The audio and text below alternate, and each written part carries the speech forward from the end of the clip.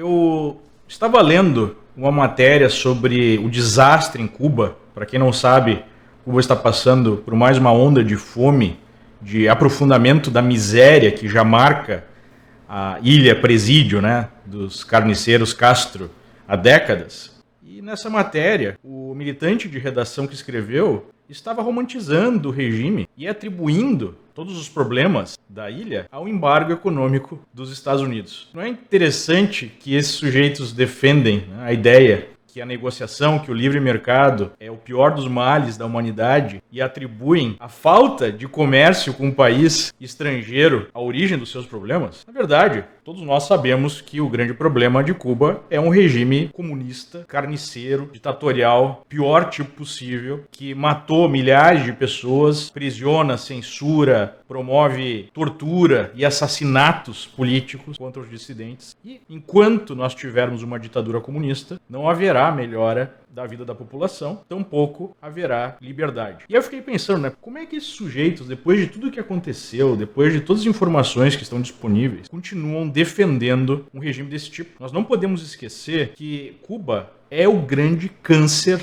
da América Latina. Não só pelo desastre provocado dentro da ilha, a destruição, a morte, a colocação na miséria da própria população cubana, mas sim o fato de Cuba ter liberado tudo o que há de pior na América Latina em termos de regimes políticos. O grande feito desse regime foi instalar uma ditadura comunista aliada na Venezuela, que produziu a destruição do país, a miséria completa, outrora um dos países mais ricos da América Latina, a imigração em massa, né, de mais de 7 milhões de cubanos, melhor colocando, de venezuelanos, fugindo do inferno comunista, e tudo isso não foi produzido sozinho. Fidel Castro, o carniceiro lá de Havana, inaugurou, abriu, fundou junto com Lula, do PT, o Foro de São Paulo, ainda na década de 90, com o objetivo de implantar ditaduras comunistas pelo continente. Não foi só na Venezuela, não foi só na Nicarágua, que são os piores exemplos, né, que repetiram o desastre cubano, mas também em todo o país há a influência nefasta de Cuba e da mentalidade comunista diabólica.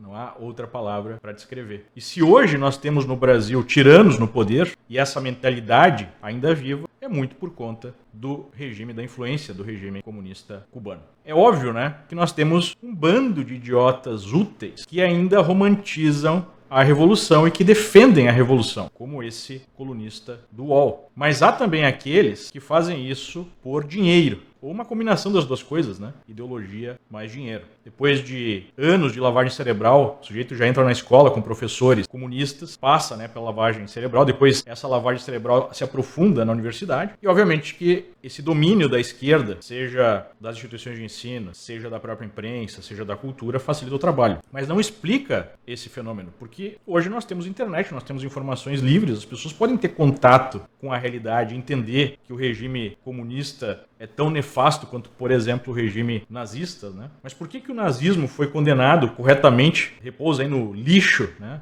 da história, e o regime comunista não, ainda tem tantos simpatizantes? Eu acho que basicamente é um problema da alma de certas pessoas. E esse problema remonta a uma história bíblica de Caim e Abel. Para quem não conhece ou quem não lembra, Caim e Abel eram irmãos e Abel era querido por Deus. Ele fazia oferendas, ele operava de uma forma que era bem recebida por Deus, ele era amado por Deus. Enquanto Caim supostamente fazia esforços para agradar a Deus e não conseguia. E desenvolveu um ressentimento, uma inveja do irmão, chegando ao ponto de matá-lo. A doença da alma dos comunistas é justamente a negação de Deus, a raiva contra Deus, e eles buscam então a morte do ser humano para criar uma realidade que seria mais justa, supostamente mais igualitária. E é exatamente por isso que, ao longo da história, quem oferece resistência de fato ao comunismo são as pessoas que desenvolvem crenças religiosas mais profundas. Porque os cristãos, por exemplo, identificam que nós somos seres falhos, nós somos pecadores, nós não conseguimos criar uma realidade perfeita. Nós podemos nos esforçar para criar uma realidade melhor, isso é verdade. Mas nós nunca conseguiremos criar uma realidade perfeita neste mundo. Nós trabalhamos pela salvação da nossa alma na vida eterna. Enquanto para os comunistas, há a própria negação da existência de uma alma imortal, de uma vida eterna, e há apenas apenas o mundo material. E o domínio, o controle desse mundo material passa a ser o seu objetivo. E então eles transformam a ideologia comunista numa nova religião materialista. Então essa guerra que nós vivemos é uma guerra espiritual. E essas pessoas que seguem defendendo os mais atrozes crimes contra a humanidade são as pessoas que mantêm